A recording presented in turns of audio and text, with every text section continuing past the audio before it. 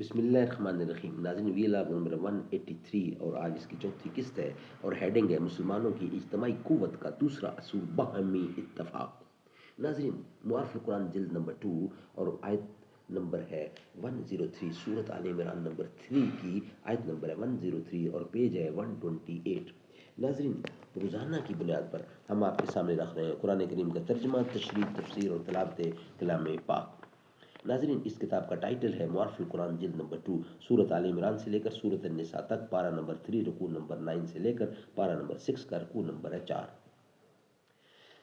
حضرت مولانا مفتی محمد شفیع صاحب عثمانی رحمۃ اللہ علیہ، مفتی اعظم پاکستان، جو کہ رائٹر ہیں اس کتاب کے. نحمده ونصلي على رسوله الكريم بسم الله الرحمن الرحيم. قال النبي صلى الله عليه وسلم خيركم من تعلم القرآن وعلمه. بہترین لوگ وہ ہیں جو خود بھی قرآن پڑھیں، دوسروں کو پڑھائیں، سکھائیں اور لکھائیں. عقل جس سے سربازانوں وہ مدت ان کی ہے،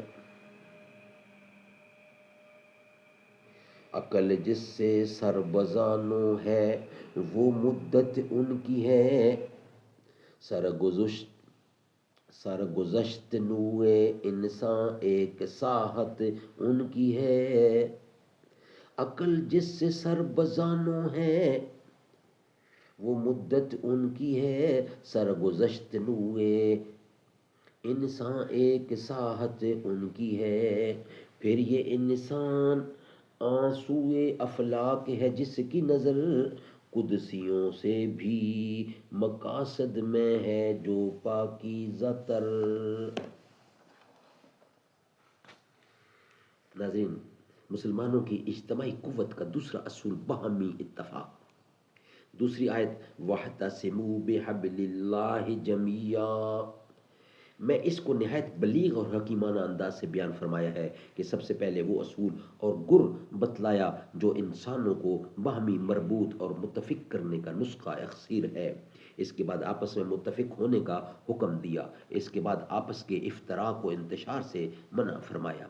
تشریح اس کی یہ ہے کہ اتفاق و اتحاد ایک ایسی چیز ہے جس کے محمود و مطلوب ہونے پر دنیا کے تمام انسان، خواہ وہ کسی ملک اور کسی زمانے کے ہوں، کسی مذہب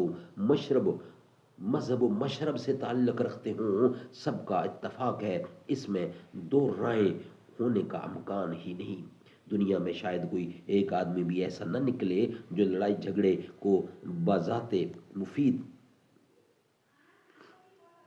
اور بہتر جانتا ہو.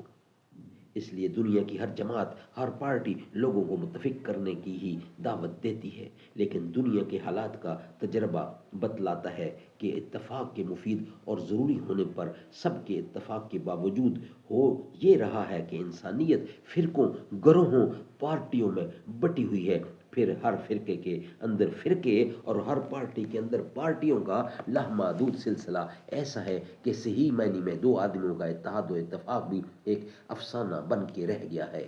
وقتی اغراض کے تحت چند آدمی کسی بات پر اتفاق کرتے ہیں، اغراض پوری ہو جائے یا ان میں ناکامی ہو جائے تو نہ صرف یہ کہ اتفاق ختم ہو جائے بلکہ افتراق اور عداوتوں کی نوبت آتی ہے.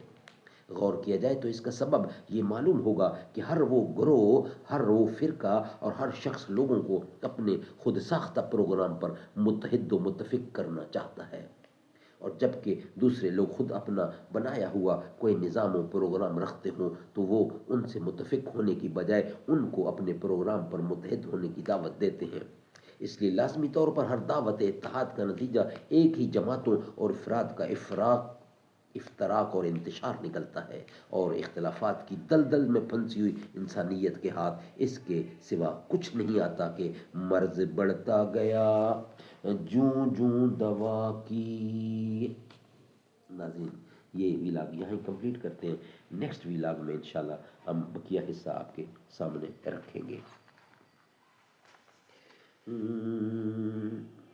میرے نبی کا وہ حوض کوثر پلا رہے ہیں وہ جام بھر بھر، صدیق اکبر وہ ہیں، ادھر عمر ہیں ادھر ہیں صدیق اکبر ادھر ہیں، فاروق اعظم ادھر ہیں، وہ دیکھو آقا کھڑے ہوئے ہیں، ہمارے آقا تو اپنے رتبے میں سب سے آگے بڑھے ہوئے ہیں، ہمارے دامن میں کچھ نہیں ہے، جو ہے تو آقا ہے عشق تیرا، اسی لیے تو غلام تیرے تیرے ہی در پر پڑے ہوئے ہیں،